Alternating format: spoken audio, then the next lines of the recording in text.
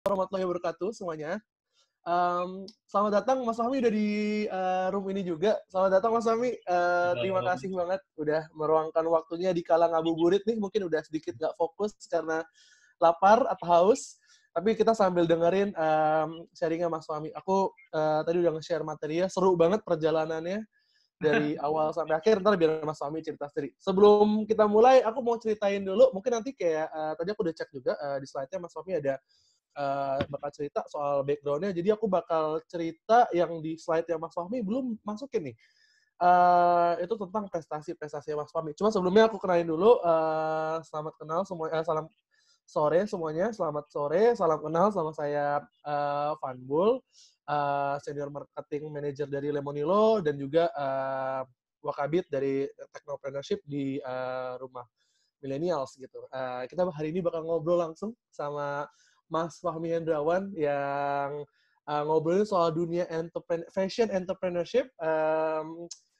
Jujur aku udah tahu produknya Fahtih Indonesia ini udah lama. Baju kokonya cakep-cakep banget gitu. Nanti seri-seri terbaru juga menarik-menarik banget nih buat lebaran. Teman-teman yang mungkin belum pernah cek katalognya bisa langsung kecek, bagus banget. Nah, sebelumnya aku bakal share dulu profil dari Mas Fahmi, lebih tepatnya prestasi dari Mas Fahmi. Mungkin nanti Mas Fahmi bakal cerita sendiri. Pembicara kita kali ini adalah Mas Fahmi Hendrawan.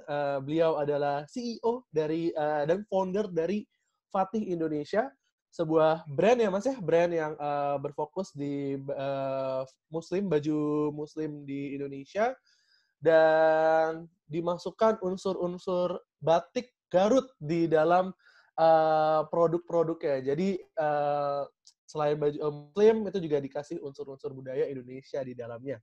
Gitu. Beliau sekarang juga sebagai dosen, mentoring dosen di MBA ITB dan juga sebagai dosen di LSPR.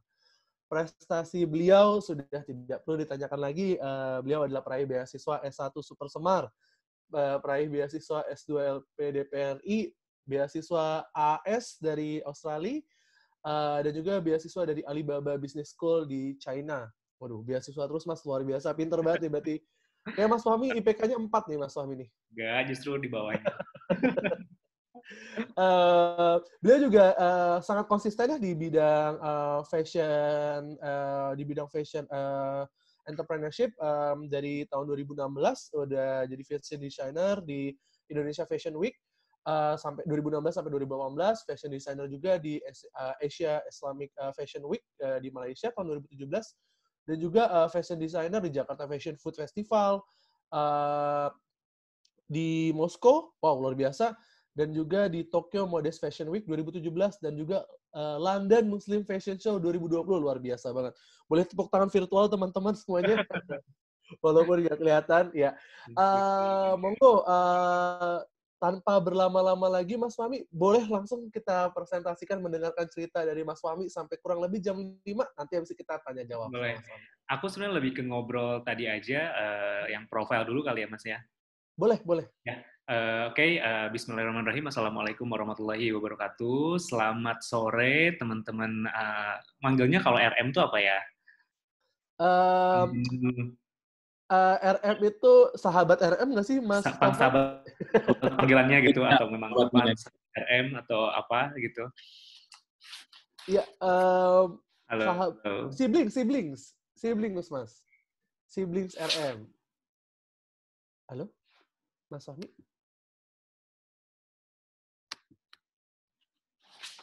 Suaraku Halo. apakah masuk? Iya. Halo, Mas Fahmi, suaraku masuk? Halo? Oh, sibling RM. Siblings, iya. Sibling RM. Ya, selama sore ini pertama kali saya bergabung dengan teman-teman Rumah Milenial setelah sekian lama saya ada di grup, tapi akhirnya saya bisa bertatap muka langsung dengan teman-teman. Pengen kalau nanti pandemik ini udah selesai, pengen banget silaturahmi dengan teman-teman Rumah Milenial, terutama buat Sir Taufan. Terima kasih Mas Taufan yang sudah memfasilitasi diskusi atau presentasi sore hari ini. Perkenalkan, nama saya Fahmi Hendrawan. Seperti tadi yang Mas Fanbul bilang, saya founder dan CEO dari Fatih Indonesia. Fatih Indonesia sendiri adalah salah satu brand, ya saya bisa bilang leading brand man Muslim fashion di Indonesia untuk man Muslim fashion gitu. Kalau memang tadi dilihat dari latar belakang, memang cukup bervariasi, bisa dilihat Mas tadi yang profile, saya tidak punya background di industri fashion sebelumnya dan tidak pernah kepikiran sama sekali untuk menjadi seorang desainer. Saya adalah lulusan pertanian di IPB, Institut Fleksibel banget.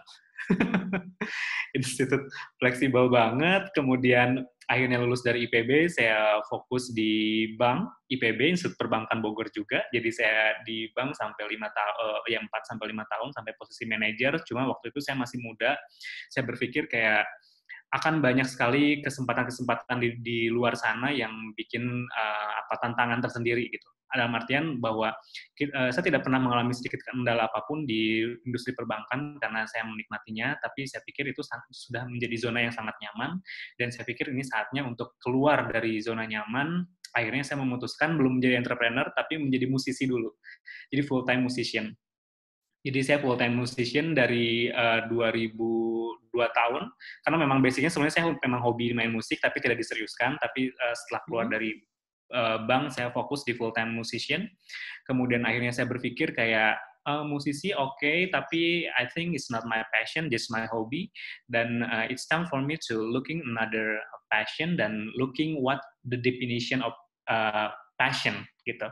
Akhirnya ya terbentuklah sendiri, saya ditakdirkan untuk berada di sini di Fatih Indonesia, dan tiba-tibalah dari seorang lulusan pertanian, pernah jadi manajer bank dan musisi, tiba-tiba dia jadi tukang jahit. Kan itu prosesnya yang selalu dipikir-pikir sangat lucu ya Mas ya, sangat lucu. Luar biasa. Itu ya, I don't have any kind of background in fashion industry gitu. Bahkan perjuangannya juga lumayan seru gitu untuk membangun brand ini. Karena dari awal yang saya tekankan adalah saya tidak mau menjual produk, tapi saya ingin membangun sebuah brand dan meng-create sebuah company gitu. Itu visi saya dari awal.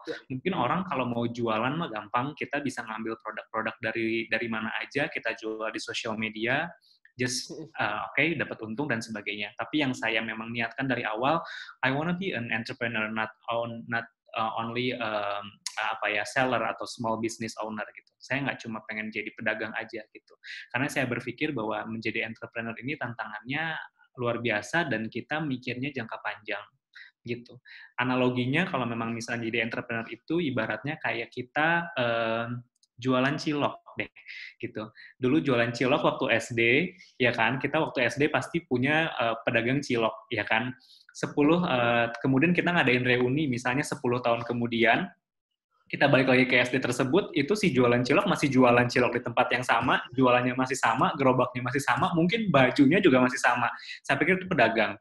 Gitu. Tapi ketika once kita 10 tahun kemudian kita balik lagi ke SD tersebut, itu si tukang ciloknya kayak dia mungkin udah punya outlet sendiri, dia udah punya karyawan, dia punya ciloknya bervariasi, cilok green tea atau apapun misalnya. I think punya franchise cilok. Ya, punya franchise. I think that's entrepreneur gitu. Itu makanya saya dari awal mindset-nya saya mau jadi entrepreneur. Otomatis pasti untuk membangun itu nggak gampang gitu.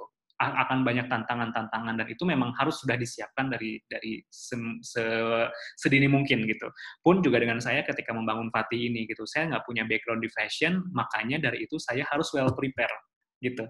Saya harus well prepare, saya harus mempersiapkan diri sematang mungkin bagaimana caranya agar brand saya ini nanti bisa berkembang dengan baik gitu.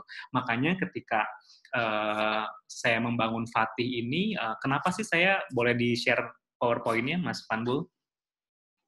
Oke, siap Mas. Ada. Saya buka dulu PowerPoint-nya Mas. Kelihatan ya PowerPoint-nya ya?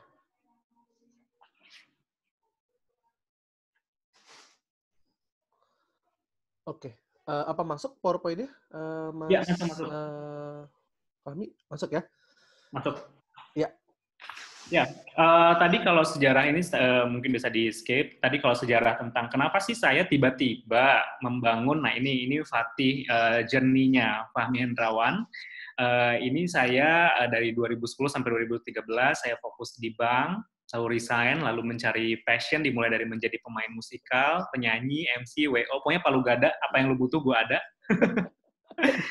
Kemudian ya di tahun 2015 ya memang secara spiritual saya terinspirasi dari salah satu ayat Al-Qur'an, Mas. Jadi kayak Al-A'raf ayat 31 di mana di sana bercerita tentang kalau kita mau hai anak Adam, pakailah pakaian yang bagus ketika masuk ke masjid. Oh. Nah, terus saya berpikir gini, iya ya gitu. Kenapa ya selama ini saya kalau sholat tuh bajunya ala kadarnya, atau kalau saya ke masjid tuh ala kadarnya. Tapi kalau kita mau Ya, ketemu orang-orang penting, tapi kalau saya mau misalnya tampil, atau saya mau ketemu presiden sekalipun, saya pasti dengan pakaian-pakaian yang bagus gitu. Di sana saya betul. bercermin sama diri saya sendiri, oh ternyata uh, di itu mengajarkan bahwa kita memang harus pakailah pakaian yang terbaik ketika kita memang Ya. beribadah. Kita mau menemui Tuhan kita, masa sih pakaiannya ala kadarnya gitu. Terus Betul. saya pikir gitu.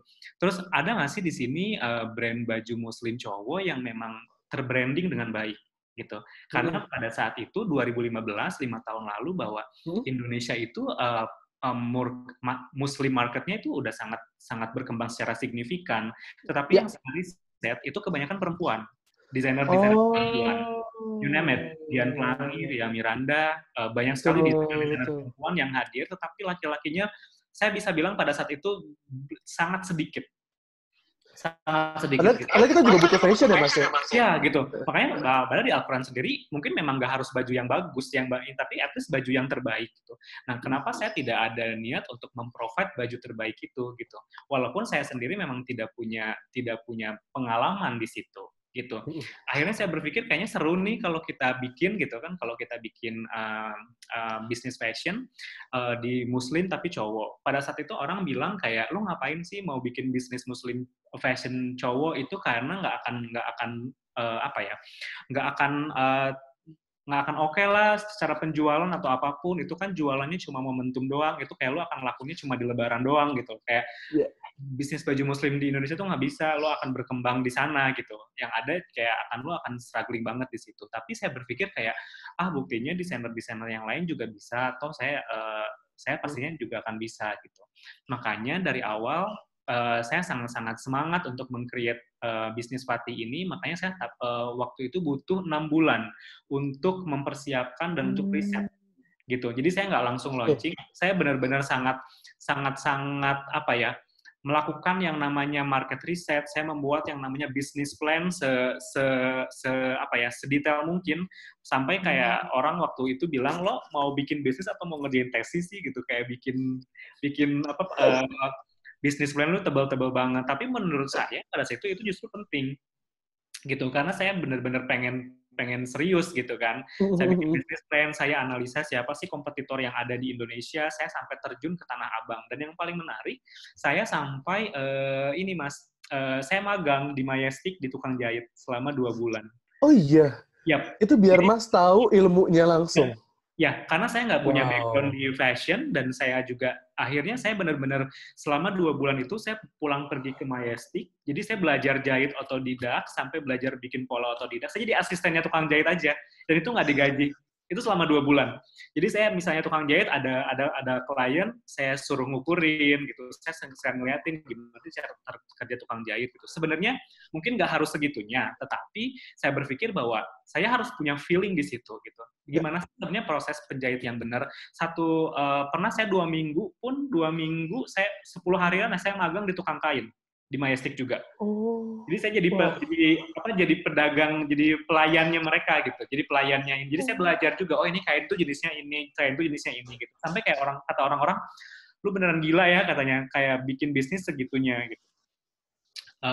Kata orang ya, lu ngapain sih bikin bisnis sampai segitunya? Tapi itu tadi gitu. Memang saya harus well prepare untuk itu gitu kan. Sampai akhirnya setelah proses saya sampai riset Mas, sampai bikin kuesioner, saya bikin desain, terus saya sharing ke orang-orang, itu orang suka yang mana, karena saya berpikir bahwa ketika kita memulai satu bisnis itu bukan sesuai dengan kehendak kita, tapi juga apa yang Ya. konsumen suka.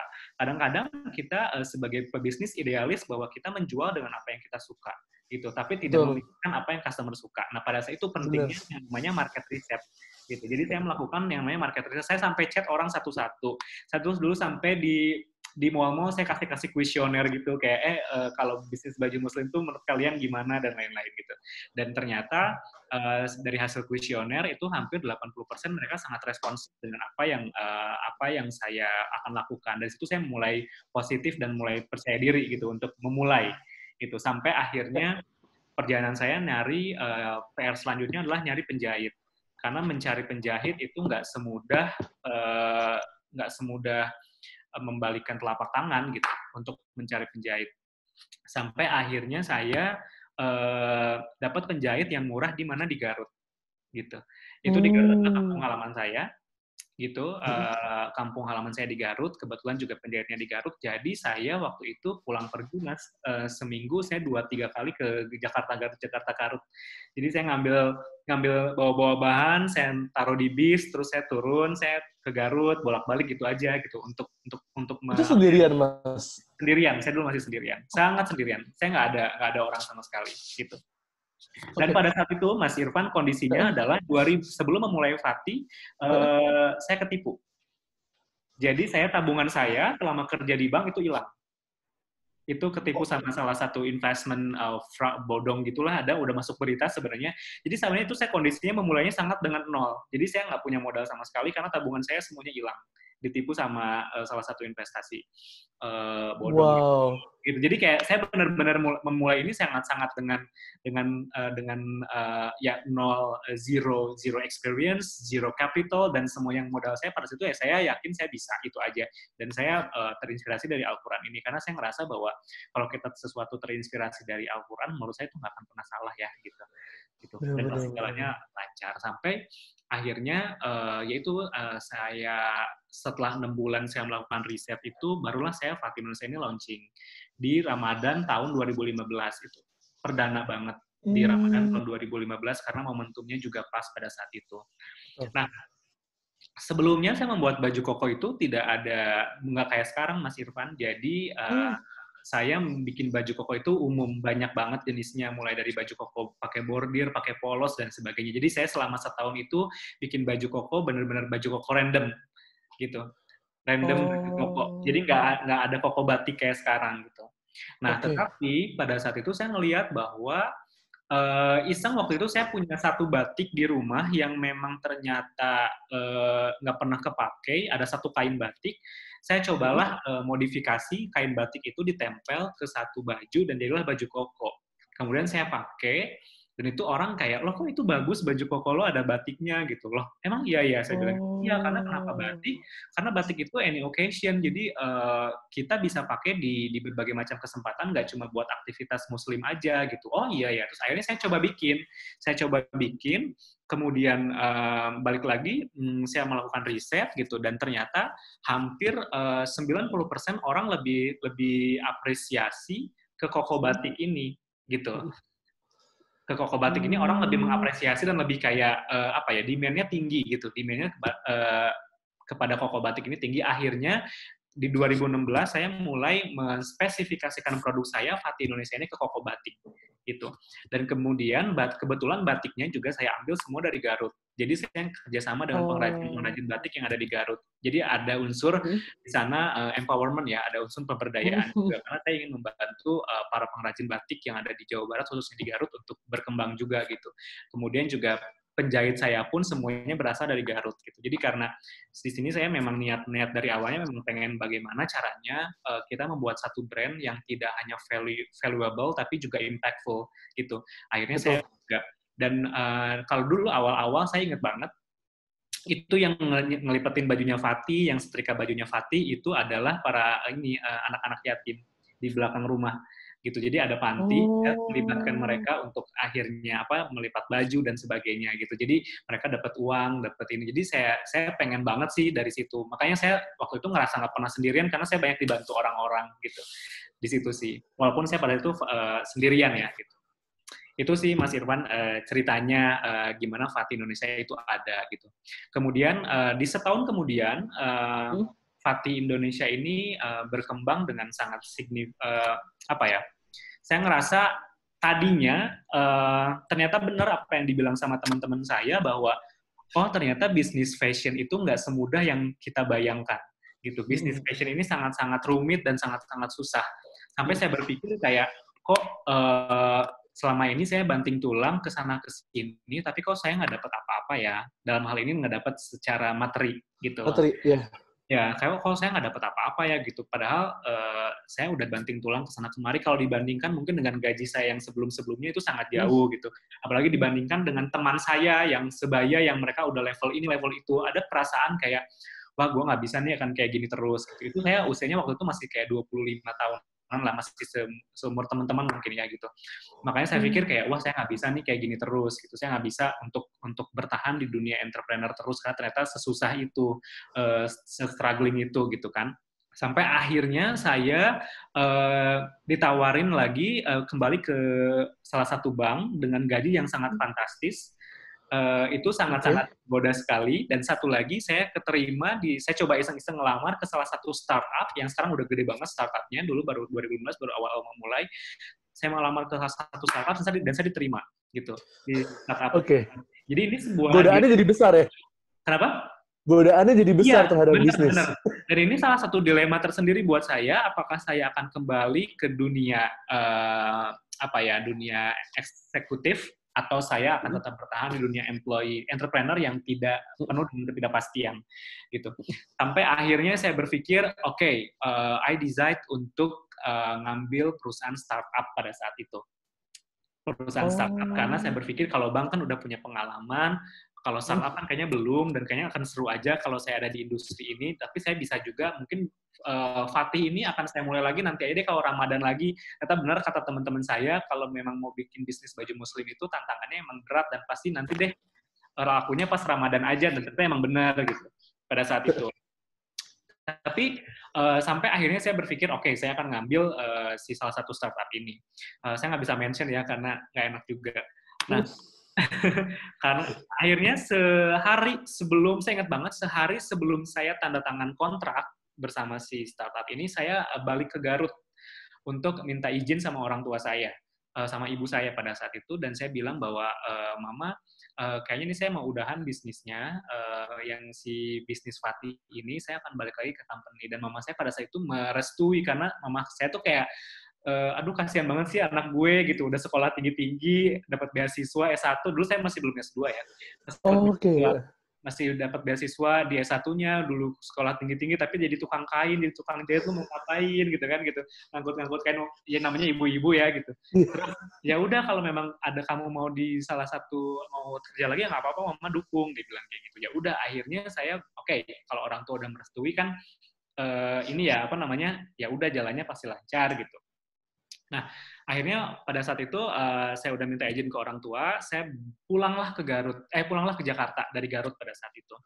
Tapi ada satu titik poin yang saya tiba-tiba tergerak untuk datang ke penjahit saya yang ada di Garut. Satu orang penjahit saya yang ada di Garut itu, gitu. Akhirnya saya datanglah ke salah satu penjahit yang di Garut dengan tujuan bahwa saya akan meminta izin sama dia bahwa ini bisnisnya nggak akan saya lanjutin, gitu. Bisnisnya akan lanjutin, saya akan balik lagi ke kantoran, jadi mungkin akan stop di sini aja. Kemudian pas ketika saya baru nyampe ke tempat jahitnya, tiba-tiba si penjahit itu bilang, wah Pak Fahmi, tumben ke Garut, dia bilang kayak gitu. Iya, soalnya saya mau ngobrol, saya bilang kayak gitu. Ya udah Pak, sebelum ngobrol saya mau ngajak Bapak ke satu tempat. Akhirnya saya diajak sama penjahit itu ke belakang, Mas Irfan, sama Mas Panbul, ke belakang, terus apa yang terjadi? Ternyata dia lagi bangun rumah dong. Dia lagi bangun rumah. Terus rumahnya itu kayak masih batu batanya gitu, masih baru banget, batu batanya masih beberapa tahap, dan dia bilang kayak gini, Pak Fahmi, terima kasih ya, ini tuh saya bangun rumah ini dari Fatih, dari ongkos jahit, jadi setiap saya seminggu sekali dapat jahit, saya beliin semen, saya beliin batu bata nyicil, dan ini sekarang udah mau jadi rumah. Dan kayak, mudah-mudahan Fatih terus lanjut ya, biar saya bisa selesaikan rumahnya. Nah, saya pikir kayak, waduh, padahal pada saat itu saya mau bilang bahwa saya akan nggak lanjut gitu kan, apa jadinya gitu kan. Terus ada satu dilema tersendiri buat saya saat itu gitu, dan oh iya ya gitu. Terus tapi saya jadinya nggak bilang ke penjahit saya bahwa oh iya Pak, mohon doanya aja ya, semoga Fatih terus lanjut. Gitu. Nah, di proses perjalanan pulang itu saya berpikir seperti ini, bahwa ternyata jadi entrepreneur itu walaupun diri kita susah di awal, tapi ternyata ada orang lain yang hidupnya bisa menjadi lebih baik ya, gitu lah. Belum tentu ketika kita menjadi eksekutif dengan gaji yang besar, ada orang lain yang hidupnya jadi lebih baik. Mungkin kita akan lebih baik secara materi, tapi apakah orang lain hidupnya jadi lebih baik, kita belum tentu. Gitu. Itu yang akhirnya value yang saya dapat, Mas. Saya selalu merinding kalau cerita tentang ini, karena memang ini real terjadi dalam hidup saya.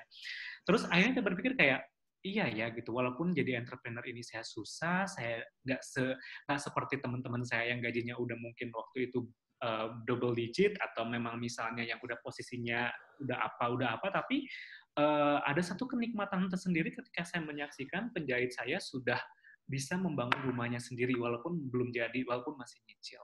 Nah, dari sana akhirnya saya berpikir kayak, mungkin ini salah satu sign atau salah satu tanda dari Allah bahwa saya harus lanjut terus di bisnis ini. Tetapi yang saya harus rubah adalah mindset-nya. Gitu. Saya harus rubah adalah niatnya. Bahwa niat menjadi pebisnis itu tidak bisa kita hanya untuk meraih untung, tidak bisa kita hanya untuk menjadi terkenal, tidak bisa kita hanya untuk semata-mata menjadi viral gitu ya, atau juga menjadi kaya gitu. Tetapi yang paling esensinya dari seorang entrepreneur itu adalah bagaimana kita menjadi seseorang yang memberikan manfaat untuk sebanyak-banyaknya orang. Itu sih. Cuma dari sedikit mindset itu akhirnya saya rubah, itu Masya Allah sih gitu. Saya diberikan banyak sekali kemudahan-kemudahan gitu. Akhirnya saya nggak lanjut ngambil si startup ini, padahal besoknya tinggal tanda tangan kontrak, mungkin saya udah di blacklist sama dia. Karena memang udah setinggal tanda tangan kontrak itu, akhirnya saya nggak jadi, dan akhirnya saya lanjut terus di Fatih. Dan tahu nggak apa yang terjadi, seminggu atau ya 10, pokoknya beberapa hari setelah itu, saya tiba-tiba dikontak sama Indonesia Fashion Week. Dan saya lolos seleksi Indonesia Fashion Week. Gitu. Wow. Saya lolos seleksi Indonesia Fashion Week yang mana saya pernah daftar, itu ditolak sama sekali karena Indonesia Fashion Week untuk masuk ke area Indonesia Fashion Week, dijualannya aja kurang lebih kita butuh waktu 2 tahun untuk bergerak si bisnisnya sendiri. Nah, itu bisnis saya belum setahun, tapi saya udah keterima di situ. Karena apa? Karena ada satu brand baju cowok yang ngundurin diri. Wow, gitu. terlalu banyak kebetulan-kebetulan yang membantu Mas Fahmi ya ke arah. Yap, gitu. Dan dari sana akhirnya saya kayak, wah, masuk Indonesia Fashion Week ini salah satu salah satu step awal yang bagus untuk si Fatih ini gitu loh. Dan untuk saatnya saya nge-rebranding banyak hal, terutama rebranding tentang Fatih Indonesia sendiri. Akhirnya ya udah, akhirnya karena saya tidak menyia-nyiakan kesempatan tersebut untuk membuat Fatih Indonesia menjadi lebih terbranding dengan baik. Gitu. Dan di sana akhirnya alhamdulillah Fatih masuk ke area Indonesia Fashion Week, kita jualan, dan the lucky moment lagi yang terjadi adalah 2 minggu sebelum fashion show, saya ditelepon sama Indonesia sama panitia bahwa saya diminta untuk fashion show di situ. Padahal sebelumnya tidak ada pembicaraan sekalipun untuk ada fashion show, bahkan kalau mau fashion show tuh kita harus bayar puluhan juta sampai ratusan juta gitu, kalau nggak salah. Dan saya bilang, aduh saya nggak sanggup deh kalau untuk situ. Terus kita, apalagi itu saya baru mulai kan gitu. Dan oh enggak Mas Fahmi, Fatih nggak usah bayar, kita dapat ini karena balik lagi ada satu brand cowok atau desainer cowok tiba-tiba mundur, dan saya ngeliat kayaknya ini yang baju muslim cuma ada satu doang, cuma Fatih Indonesia doang. That's the lucky moment pada saat itu yang akhirnya menjadi satu titik balik Fatih Indonesia dikenal banyak orang. Dan another lucky moment ketika saat itu saya selesai fashion show, tiba-tiba brandnya Fatih ini muncul di berbagai macam headline media. Ada di Republika, itu ada di depannya, Mas. Benar-benar ada di depan, dan aku juga bingung loh, kenapa tiba-tiba mereka ada di depan. Sampai di hari ketiga Indonesia Fashion Week, Fatih itu booth-nya itu sampai roboh. Karena saking banyaknya orang yang datang ke situ.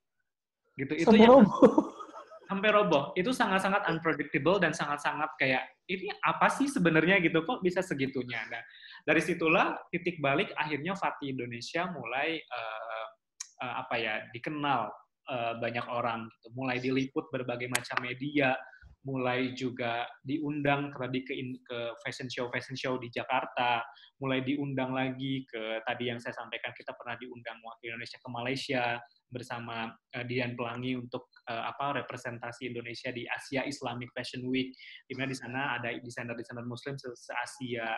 Kemudian kita pernah ke Jepang, ke Japan Halal Fashion Show, Japan Halal Expo dan Tokyo Modest Fashion Show. Gitu, kita di Jepang 2 kali berturut-turut sampai ke Moskow, ada di Festival Indonesia Moskow. Yang sebenarnya tahun ini kita berangkat ke London, tapi karena ada pandemik ini jadi diundur acaranya. Sebenarnya April ini April kemarin harusnya kita berangkat, tapi nggak apa-apa gitu. Nah, itulah akhirnya satu titik balik yang sampai Fatih yang Mas Irfan tahu sampai sekarang gitu kan. Yeah. Yang Mas Irfan tahu sampai sekarang gitu. Jadi prosesnya sangat tidak mudah gitu, sangat ups and down juga.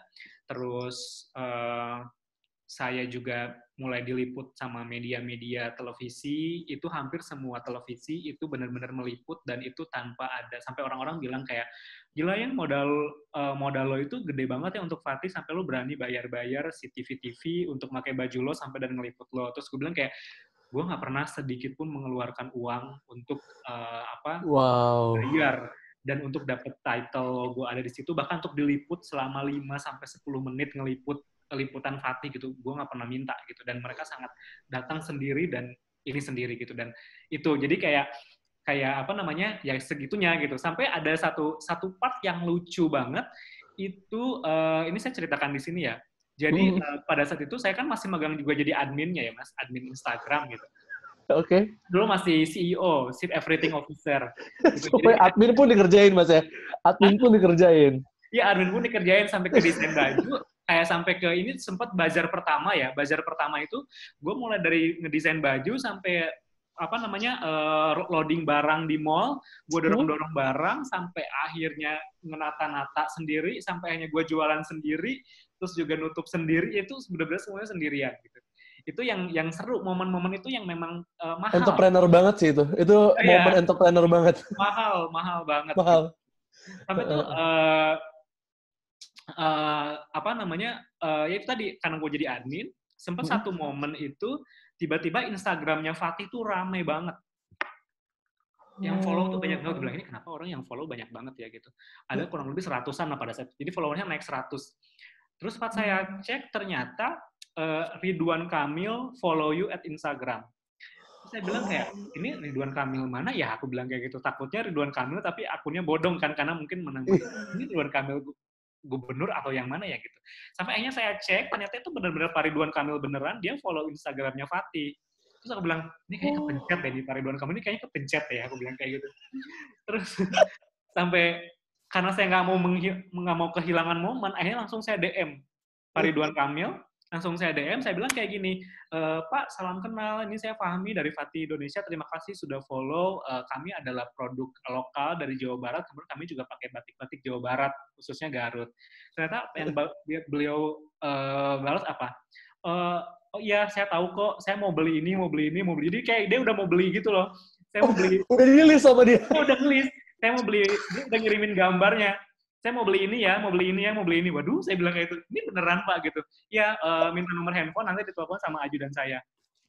Ya udah, itu sampai akhirnya bener-bener saya kirim ke beliau, sampai akhirnya saya ketemu beliau secara personal, dan itu beliau benar-benar posting di Instagramnya, dan dia bilang kayak, saya memakai baju koko kebanggaan Jawa Barat, Fatih Indonesia. Dan dari situ tuh mulai orang, awareness-nya udah mulai naik gitu, ke Fatih Indonesia makin naik lah dengan dibantu gitu. Dan itu sangat luar biasa banget. Gitu. Jadi selalu mention ketika dia pakai baju Fatih. Pokoknya intinya, dan Pak Ridwan Kamil kemana-mana selalu kalau di acara-acara luar dinas, dia selalu pakai baju Fatih pada saat itu. Dari situlah mulai yang lain juga mulai pas Sandiaga Uno juga pakai, mulai banyak sekali akhirnya orang-orang yang berkenalan atau memakai baju Fatih pada saat itu. Sampai sekarang intinya kayak gitu. Sampai sekarang. Sampai sekarang. Sampai Fatih ini pun juga ya akhirnya di tahun kedua Fatih saya dapat beasiswa dari LPDP untuk belajar S2. Tadinya saya mau belajar keluar ngambil fashion, tapi saya pikir kayak saya nggak mungkin meninggalkan bisnis ini. Akhirnya saya ngambil di ITB di MBA, ngambil Creative Entrepreneur. Masih relate ya pada saat itu, masih Creative Entrepreneurship di Bandung di MBA ITB SBM, masih relate dengan apa yang saya ambil. Kemudian LPDP selesai, saya keterima lagi beasiswa di Australia Award Scholarship untuk belajar fashionnya. Akhirnya finally, saya nggak belajar dari tukang jahit lagi, saya belajar langsung ke kampus langsung nih Australia, dan itu semuanya free. Jadi saya benar-benar ke Australia. Itu juga gara-gara Fatih, gara-gara saya presentasi Fatih. Jadi itu tadi yang namanya kita membuat atau membangun satu brand, kita itu nggak cuma jualan, tapi brand ini harus benar-benar membawa dampak yang positif, tidak hanya untuk sekitar, tapi juga untuk kita sebagai founder gitu. Makanya saya ngerasa senang dan ngerasa sangat punya ikatan tersendiri dengan ini, karena ini bisa membawa saya kemana-mana yang tidak pernah terduga sebelumnya, bisa membawa saya fashion show ke luar negeri, bisa membawa saya sekolah gratis ke luar negeri, dan bisa membawa saya ketemu banyak orang, ketemu orang-orang yang dulu saya cuma lihat di social media atau cuma di berita gitu, dan itu yang that's something interesting yang mungkin lebih ke sana saya bisa share ke teman-teman di Rumah Millennials ini. Mungkin bisa lihat sekilas slide show yang ini saya nggak akan ngebahas banyak. Ya. Nah, ini waktu saya lagi kerja di bank. Oh, ada bank ya. Ada nggak apa-apa. Oke. Next. Wah, ini dia nih. Saya jahit. Ini saya belajar jahit sendiri, walaupun ini benar-benar waktu CEO ngangkut barang sendiri. Ini sendiri sempatnya difoto juga sama orang waktu itu. Untuk dokumentasi kalau ada kayak gini-gini kan. Ya. Iya. Ya, bisa dibilang sih ya Mas, ya saya bisa bilang saat ini memang saya waktu itu belum ada leading brand baju koko batik yang ada di pasaran. Jadi akhirnya saya pada saat itu 2015 saya memulai Fatih ini, bahwa Fatih ini leading baju koko yang memang kita create fokusnya ke urban, kita desain next Mas, kita desain secara modern and practical design, dan juga ada unsur cultural touch-nya juga di sini gitu. Ada unsur Indonesianya, makanya namanya Fatih Indonesia. Fatih sendiri kan ambil dari surat Al-Fatihah gitu. Al-Fatihah artinya pembuka gitu. Jadi saya berharap Fatih ini jadi bisa membuka rezeki, membuka jalan, membuka apapun yang positif khususnya untuk Indonesia, dan terbukti lah dengan apa yang perjalanan yang selama ini saya alami gitu. Next. Ya itu tadi, ini proses perjalanannya, Fatih milestone-nya dari mulai kita berdiri sampai dengan sekarang. Next lagi boleh, nggak apa-apa. Next lagi, betul. Nah ini produk-produknya, padahal as simple as sebelumnya, as simple as kita cuma jualan baju koko batik gitu. Jadi message-nya adalah teman-teman mau apapun yang produk yang dijual itu marketnya pasti ada. Pasti peminatnya ada aja, tapi peminatnya harus tepat. Itulah pentingnya kita riset. Saya tuh riset dalam menjalankan bisnis ini, Mas, saya selalu melakukan yang namanya riset, dan saya never ending riset. Gitu, karena itu yang penting. Gitu. Yang kedua adalah temukan target market yang tepat. Gitu, target market yang tepat. Jadi kalau memang target market kita pas, target marketnya kita tepat, segmentasinya pas secara geografikal, secara psikometriknya juga pas, ya orang akan menemukan dengan sendirinya. Jadi memang misalnya kalau ada yang bilang baju kita kemahalan, berarti memang mungkin itu bukan target marketnya kita, atau baju kita kemurahan, berarti itu memang bukan target marketnya kita. Artinya, the more you specific to get the audience atau the customer, it will be good gitu. Jadi semakin spesifik target market kita itu semakin bagus. Itu yang saya belajar di Fatih ini. Even though kayak cuma jualan baju koko, yang dulu teman-teman bilang lo ngapain sih jualan baju koko gitu. Tapi kalau baju kokonya terbranding dengan baik, kenapa enggak gitu loh. Betul. Bahkan mungkin mau jualan sekarang, mau jualan sambal, tapi sambalnya di branding dengan baik tuh akan laku-laku aja kan gitu loh. Jadi kayak apapun produknya, jangan pernah ngerasa insecure atau jangan ngerasa underestimate kayak, aduh gue cuma jualan ini, gue cuma jualan itu. Tapi citrakan atau kemas produk brand kalian dengan sangat bagus gitu. Next. Dan memang target market Fati Indonesia ini memang lebih ke middle up ya, ke menengah ke atas. Justru orang dulu bilang kayak, aduh mahal banget sih Fati, ya udah gitu. Artinya kan kita juga tidak bisa memaksakan orang untuk beli, tapi pasti kita bisa menemukan target market kita sendiri gitu. Dan sekarang ini banyak sekali followers atau apa ya, kompetitor atau apa ya, yang niru-meniru lah intinya gitu.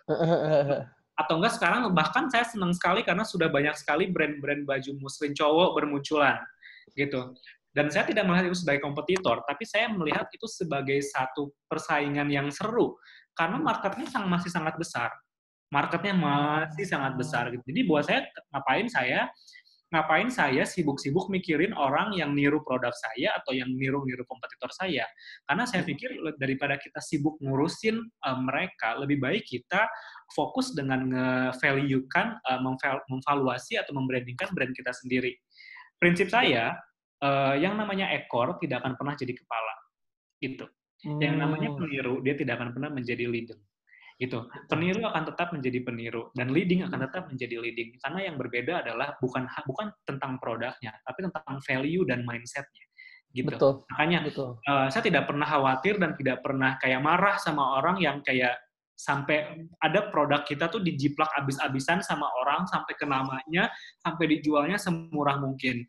Awal-awal saya ngerasa kayak kok gini banget sih, tapi balik lagi positif aja. Pertama ya, berarti kita udah bisa menjadi inspirasi bagi orang kan, produk desain-desain kita gitu, desain-desain kami.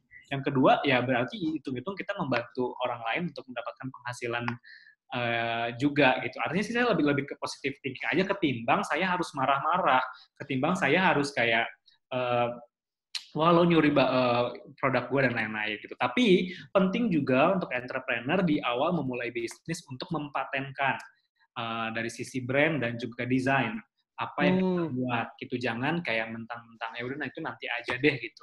Itu harus dari awal kita harus concern banget untuk hal itu. Jadi kita kalau ada apa-apa kita tetap bisa memegang hak patennya sendiri. Termasuk juga saya sudah mempatenkan desain-desain dan sebagainya. Gitu. Oke. Banyak yang nggak concern ya Mas ya entrepreneur soal paten ini ya Mas ya? Iya, jadi kayak ya udah yang penting sekarang jualan dulu, yang penting sekarang laku dulu, yang penting sekarang duit dulu, ya nggak sih? Betul, gitu, betul. Kayak gitu. Dan ini juga yang saya bikin impact-nya tadi, saya memberdayakan para pengrajin Garut, pengrajin batik, saya juga bekerja sama dengan para tailor atau penjahit dari Garut semuanya. Saya juga sebisa mungkin menolong anak-anak yatim. Terus juga kita juga bikin campaign setahun sekali, kita bikin namanya Koko untuk Kakek.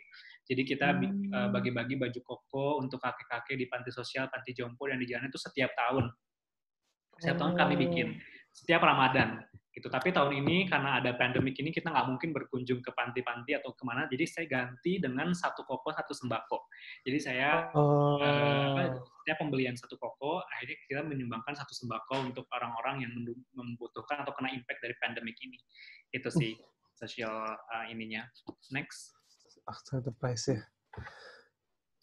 Oke. Ini berbicara tentang market, balik lagi ke riset, mungkin bisa dicek sekilas aja. Yang paling penting kenapa kita melakukan ini karena kita punya market. Gitu. Indonesia sebenarnya ya akan menjadi pusat fashion muslim dunia di tahun 2020. Gitu.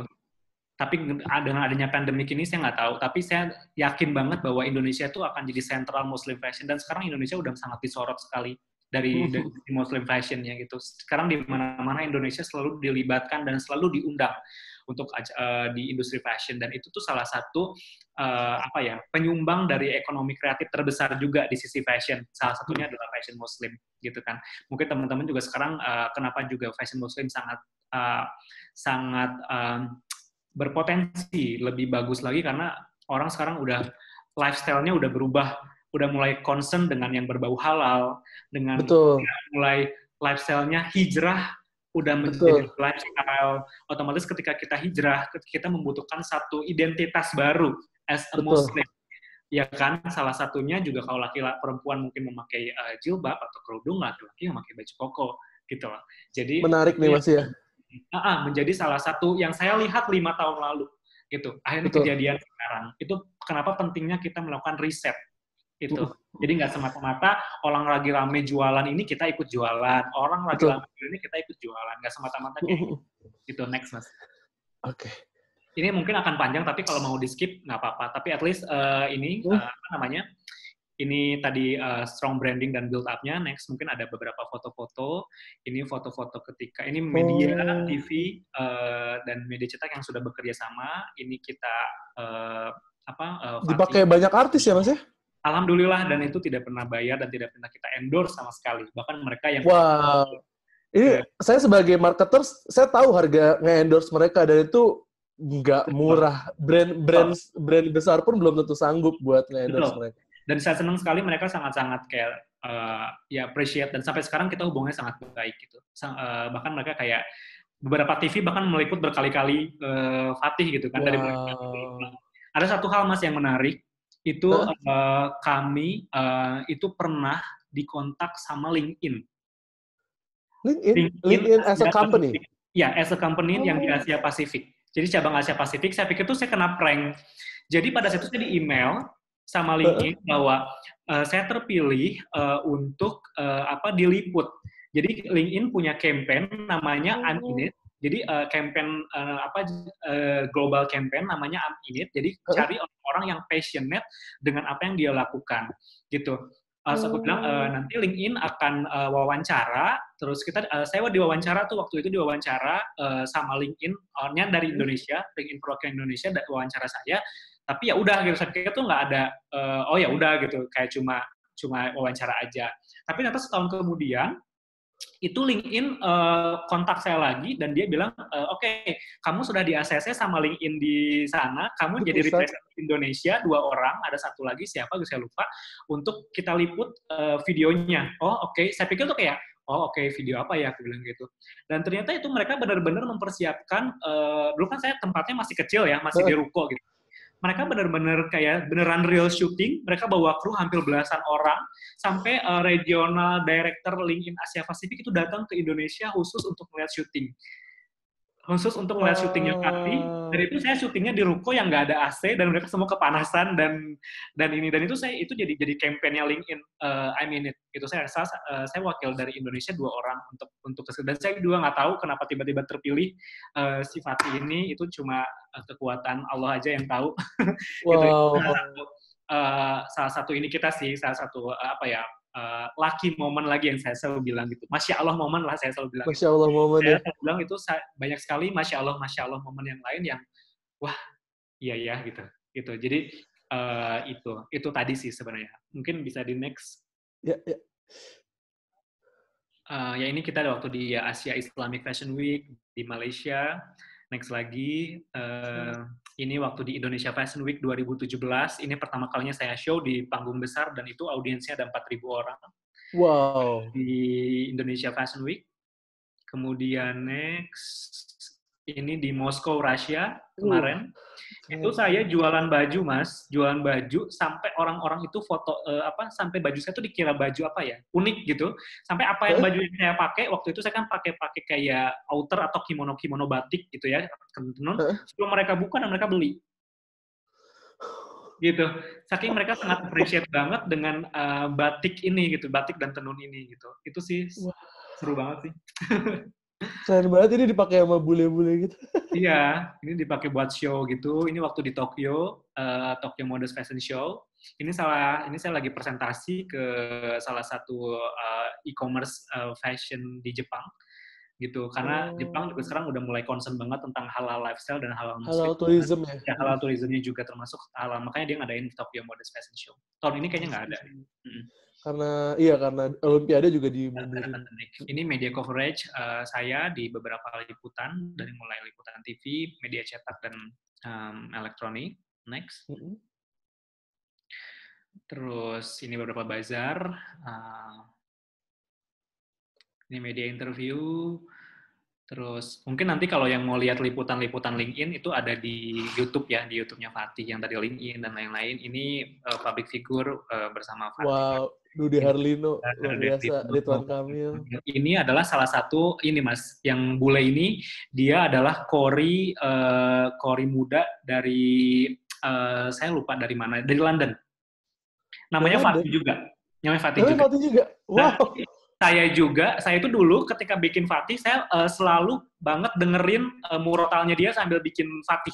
Sambil saya jahit, saya tuh tidak pernah Oh. lepas dari murotalnya dia. Sampai saya berpikir gini, mungkin kayak baju Fatih ini saya dipakai sama si Fatih Seferajik ini gitu. Karena kan namanya sama, terus kayak sosoknya tuh kayak anak muda yang baca Quran yang cocok banget dengan brandingnya Fatih gitu. Betul, betul, Mungkin betul. kayak dipakai gitu. Terus waktu itu saya dapat dapat info kalau dia mau ke Indonesia. Dia mau ke Indonesia, mau tour di Indonesia. Saya nggak menyanyiakan momen, saya email si Fatih ini, saya cerita bahwa tentang nama saya Fatih Indonesia, gini, kita bisa provide. Tapi mungkin juga waktu itu mungkin dia nggak baca, jadinya waktu itu dia nggak ini, kita nggak ketemu gitu. Kita nggak ketemu, jadi oh ya udahlah nggak apa-apa Oh. gitu. Karena dia juga udah disponsori sama salah satu brand besar pada saat itu. Jadi saya juga nggak mungkin kayak Oke. dia. Tapi pas waktu itu ada kesempatan kedua, dia tour yang lebih gede lagi, gitu. Yang dulu kemarin cuma turnya ke Jakarta, sekarang dia turnya ke beberapa kota besar di Indonesia. Saya balik lagi, saya email, ternyata Masya Allah dia langsung balas dan saya langsung dapat nomor handphonenya dia langsung, jadi kita langsung chat dan dia langsung dia tertarik untuk pakai baju ini. Akhirnya kita ketemu waktu di Indonesia, dia fitting beberapa dan akhirnya sekarang dia pikir kayak boleh nggak sih gue bawa Fatih Indonesia ini ke London gitu untuk gue jual juga gitu untuk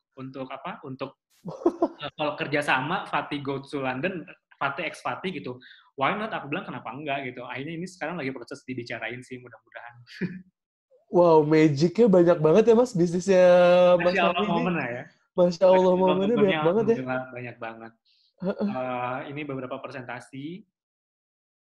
Hmm, ini beberapa. Nah ini Mas yang atas tadi penjahit yang saya bilang si penjahit pertama yang saya bilang yang rumahnya masih batu bata itu.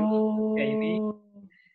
Ini Eh, yang jadi aha momennya Mas untuk akhirnya tidak ya, jadi anak ya, startup, ya. jadi pebisnis dan Ya.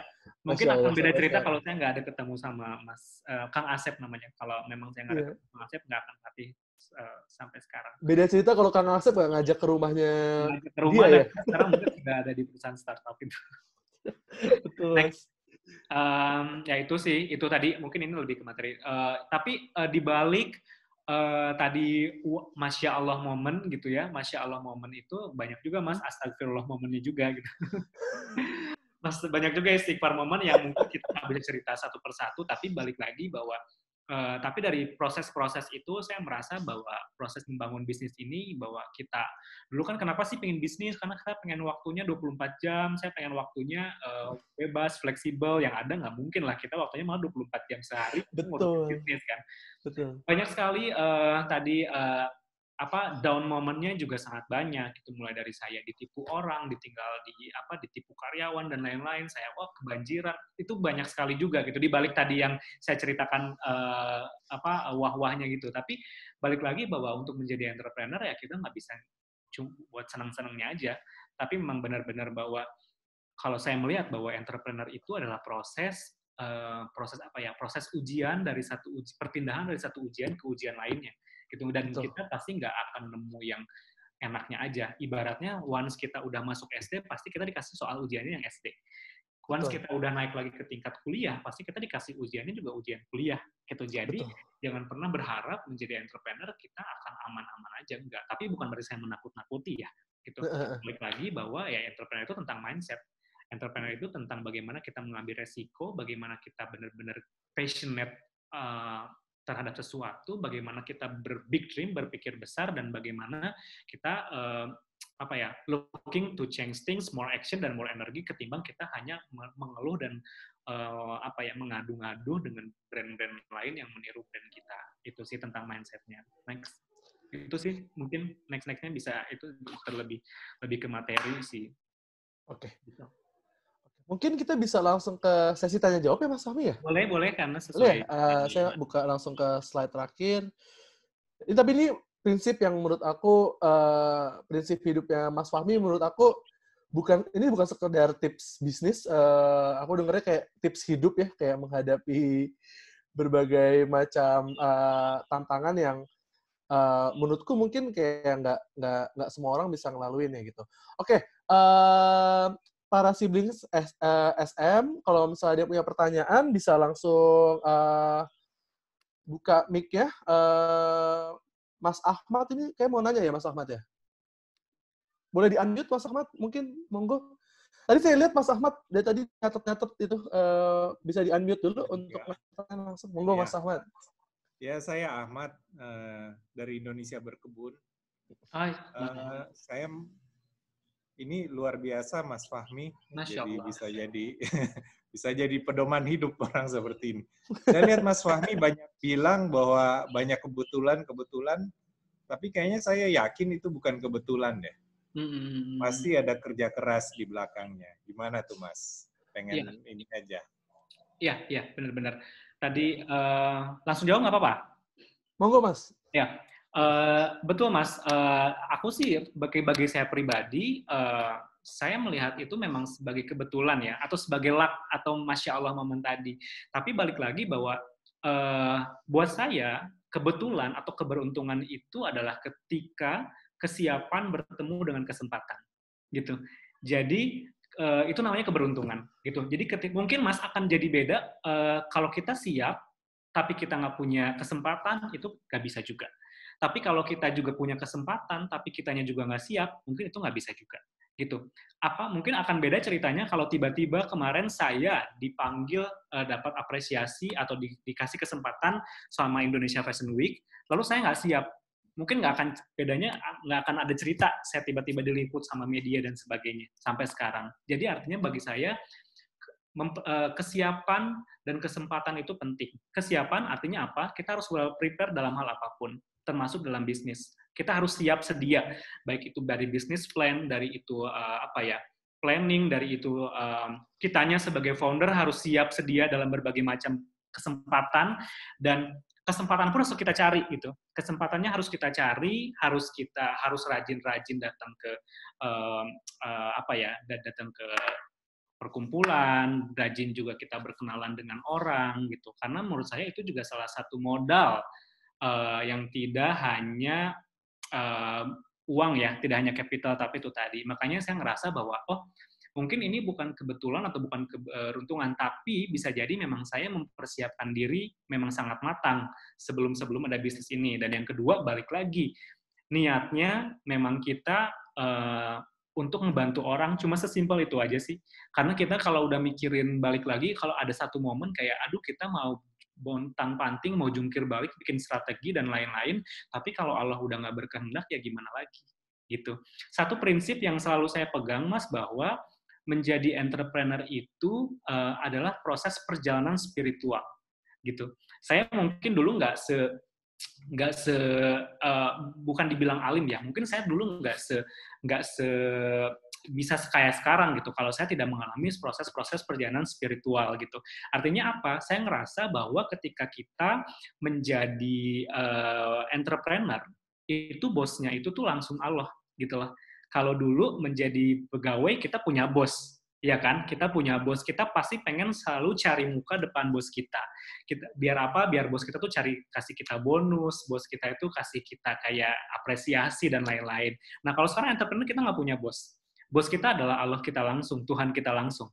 Berarti kita harus cari mukanya ya sama bos kita langsung. Cari mukanya dengan apa? Dengan lakukan apa yang Allah suka. The simple as that. Gitu. Yang Allah suka apa ya, berdoa, beribadah dan sebagainya. Itulah yang mungkin dari momen-momen itulah banyak kejadian-kejadian Masya Allah momen tadi gitu. Tapi balik lagi bahwa ketika saya juga dihadapkan pada satu kondisi yang sulit, bahkan ya, ini saya bocorin aja, bahkan ketika sebelum ada corona ini, FAT Indonesia sudah kena wabah duluan nih gitu kan. Udah kena wabah duluan yang kita udah pernah hampir karam atau sebagainya. Tapi balik lagi bahwa itu bukan jadi jalan terakhir, Mas. Itu bukan jadi, akan selalu ada pertolongan-pertolongan. Dan ingat aja surat At-Tolak ayat 3, bahwa Allah akan memberikan pertolongan dari arah yang tidak disangka-sangka. Dan itu tuh udah pasti. gitu. Once kita menemukan satu saddest moment, satu part yang memang membuat kita down, itu pasti kalau kita melibatkan Allah pasti pertolongan akan datang, dan pasti keberuntungan juga dan kebetulan juga akan datang. Gitu. Luar biasa ya. Mas Ahmad, semoga terjawab. Ya. Eh, ini ada pertanyaan dari Mustafa. Mustafa mungkin bisa langsung dibuka mic-nya, bisa langsung nanya langsung. Mas Mustafa, monggo. Mas Mustafa? Ya, monggo Mas.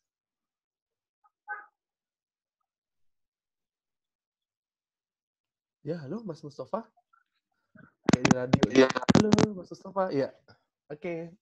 Silakan Mas Mustafa, pertanyaannya Mas Mustafa. Oh, seperti error. Dia saya bacakan langsung atau gimana Mas Mustafa? Ya, ini pertanyaan dari Mas Mustafa nih Mas. Ada nggak sih kesempatan terbuka buat para ilustrator buat nyumbang karya di Fatih Mas? Kalau ada gimana caranya? Mungkin lebih pada kayak apakah mungkin proses desainnya itu bisa teman-teman bisa terlibat dalam proses itu, atau memang prosesnya itu memang tertutup, lebih pada kayak karya-karya dari desainer internal dari Fatih. Oke, memang untuk saat ini saya ada tim sendiri yang khusus mendesain bajunya Fatih, tapi tidak menutup kemungkinan saya akan bekerja sama dengan para desainer muda, terus juga ilustrator atau apapun yang berkaitan dengan industri fashion, karena saya tuh tadinya di 2020 ini saya punya plan bahwa Fatih ini nanti nggak akan cuma ngeluarin baju koko, Mas, tapi kita akan menjadi satu one-stop shopping untuk men Muslim. Ini outfit dari from head to toe, jadi mulai pecinya kita akan provide sampai sarung, sampai celana, sampai sandal, sampai apapun yang membuat orang kebutuhan Muslim cowok itu kita akan provide. Tapi mungkin karena ada pandemik ini, jadi kita agak pending dulu sedikit, gitu. Tapi balik lagi bahwa ke depan sangat terbuka lebar kesempatan-kesempatan ilustrator atau apapun bekerja sama dengan Fatih Indonesia. Gitu. Oke, siap. Saya tadi udah buka Mas website-nya, dan memang kayak secara tampilan udah ready banget untuk kayak ekspansi di luar produk-produk baju aja ya Mas ya. Kalau dari website-nya itu sendiri. Oke, mungkin satu pertanyaan terakhir teman-teman sebelum kita bersiap untuk berbuka puasa.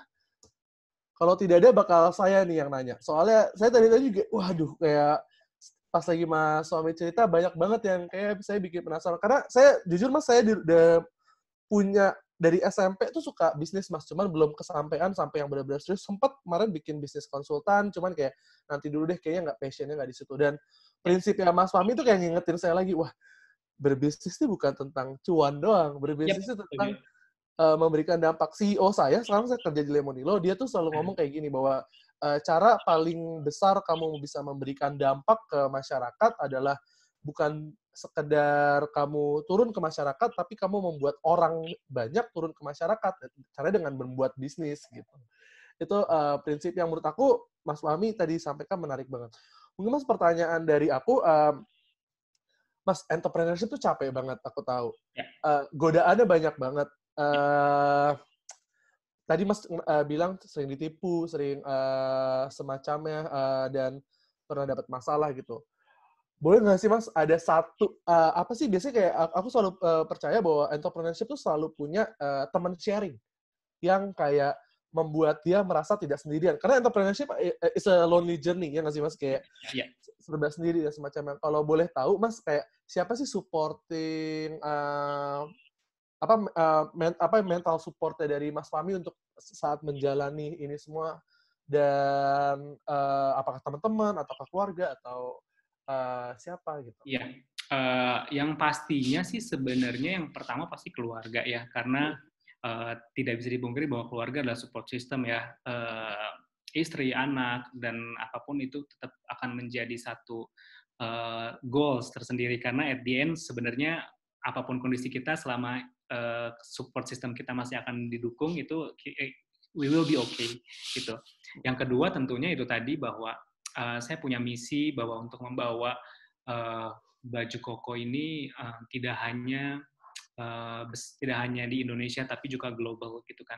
Itulah makanya saya punya visi misi sendiri bahwa saya pengen ngangkat batik Indonesia ini menjadi sesuatu yang bisa dikenal orang dalam cara yang lain, dalam sisi Muslim identity gitu, karena batik adalah warisan leluhur yang memang harus kita lestarikan. Indonesia kaya akan banyak beragam batiknya, itu sih yang menjadi motivasi saya sih Mas gitu. Sama yang ketiga adalah saya punya tim, saya punya orang-orang penjahit, pembatik yang perlu saya hidupnya harus lebih baik. Bahkan ketika ada pandemik ini, saya sebisa mungkin gimana caranya mereka nggak di PHK gitu kan, gimana mereka tetap berjalan gitu dengan sebagaimana mestinya ya. Itu yang menjadi motivasi saya. Saya ngeliat kayak, aduh, si penjahit A, dia punya anak kecil, dia punya anak yang mau masuk sekolah, si penjahit B, istrinya lagi hamil, dia mau ngelahirin, si penjahit C mau bangun rumah buat istrinya, gitu-gitu hal itu, the simple thing yang kita nggak usah jauh-jauh nyari-nyari keluar ke orang lain, tapi di lingkungan terdekat dari kita sendiri sih yang bisa menjadi inspirasi dan bisa menjadi penguat. Dan tentunya, balik lagi, karena we are nothing, kita tanpa bantuan Allah Subhanahu wa Ta'ala, kita ini bukan siapa-siapa. Makanya dari itu yang menjadi selalu moto saya adalah lakukan yang terbaik yang ada di depan mata. Selanjutnya biarkanlah Allah Subhanahu wa Ta'ala yang bekerja. Jadi kita memang harus selalu ketergantungan sama Allah. We are nothing. Dengan isunya ada pandemik, ada corona ini, kita tuh makin disadarkan bahwa we are nothing. Kita tuh nggak tahu apa-apa sebenarnya. Gitu. Insya Allah. Terakhir Mas, Ya. Mas Fahmi melihat Fatih Indonesia 10 tahun ke depan, Mas. Fatih Indonesia, it will be a good brand, proud brand, menjadi brand kebanggaan Indonesia sih sebenarnya. Kita akan punya cabang di kota-kota di Indonesia dan kita juga akan punya cabang-cabang di luar negeri. Dan I think itu bukan sesuatu yang nggak mungkin terjadi. Masya Allah gitu. Insya Kemarin Allah. tadi saya menarik juga ketika Mas Fahmi cerita soal kayak bagaimana halal industri lagi naik gitu. Ya. Kemarin saya juga baca beberapa waktu lalu baca riset, dan riset itu menarik bahwa dia cerita bahwa rahmatan lil alamin akan menjadi sesuatu yang universal gitu.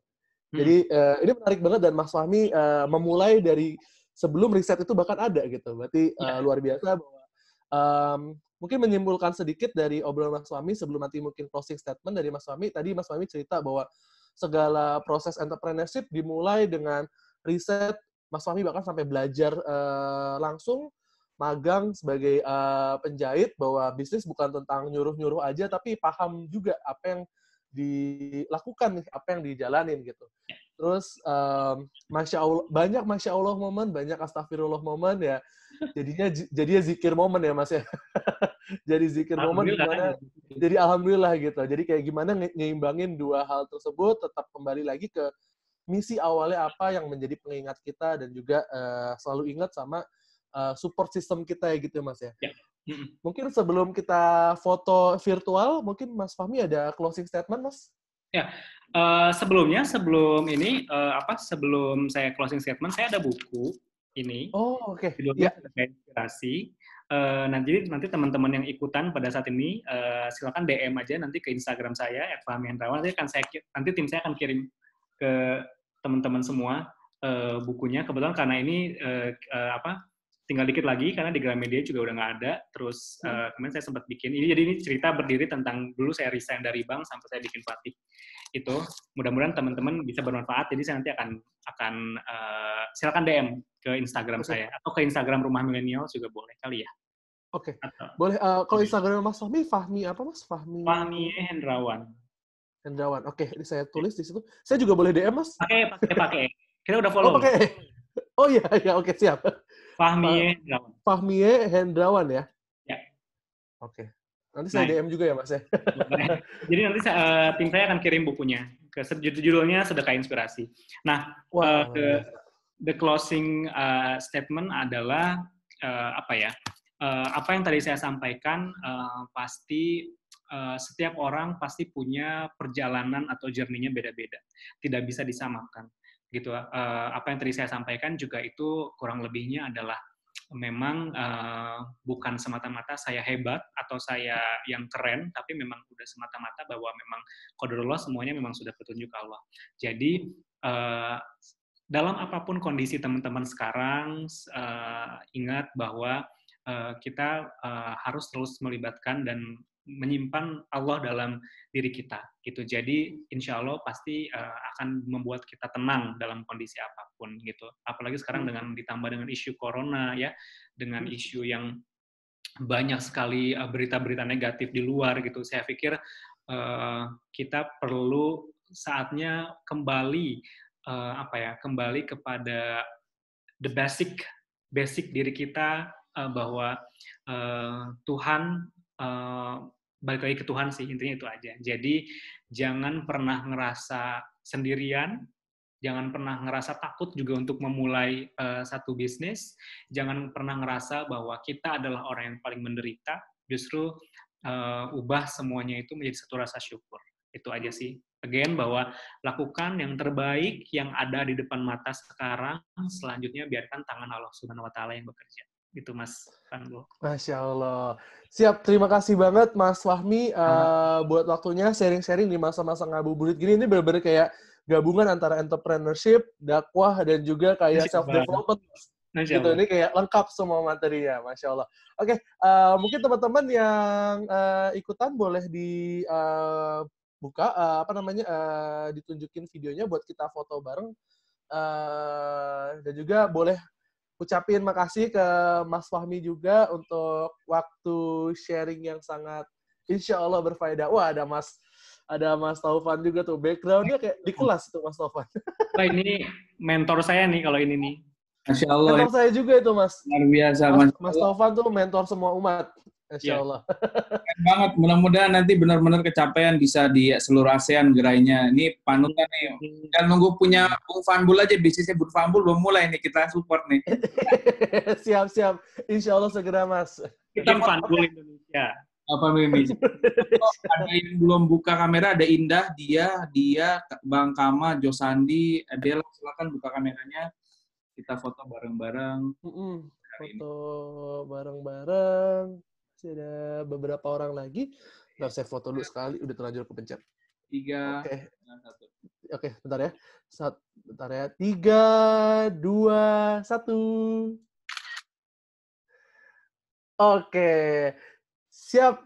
Terima kasih banyak Mas Fahmi buat waktunya. Makasih teman-teman yang udah hadir. Semoga jadi manfaat, semoga jadi berkah ilmunya. Dan terima kasih sekali lagi buat Mas Fahmi. Selamat menjelang berbuka semuanya. Saya Fanbul pamit. Assalamualaikum warahmatullahi wabarakatuh. Waalaikumsalam warahmatullahi wabarakatuh.